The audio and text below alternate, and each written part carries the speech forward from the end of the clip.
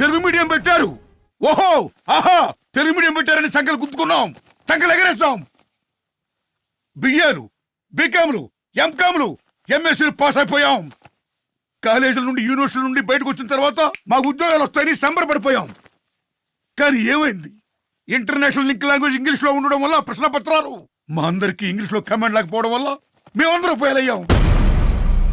ఎవరికైతే అవకాశాలు ఉన్నాయో, ఎవరైతే ఇంగ్లీష్ మీడియంలో చదువుకున్నారో వాళ్ళందరూ బ్రహ్మాండంగా రాశారు, వాళ్ళందరూ పాస్ అయిపోయారు, వాళ్ళందరూ కలెక్టర్లు అయ్యారు, ఎస్పీలు అయ్యారు, ఇంజనీర్లు అయ్యారు, డాక్టర్లు అయ్యారు.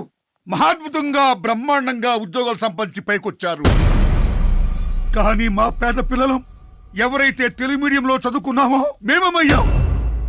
ఏమయ్యాం మేము?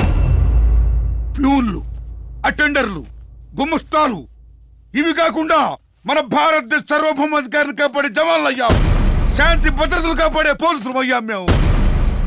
ఎక్కడుంది సామాజిక న్యాయం? విద్య ద్వారా సామాజిక న్యాయం జరుగుతుందని చెప్పాడు అంబేద్కర్ మహానుభావుడు. కానీ ఈ ఇంగ్లీష్ మీడియం, తెలుగు మీడియం వల్ల సామాజిక న్యాయం జరగలేదు సరిగదా, అంతరాలు ఇంకా పెరిగిపోయాయి.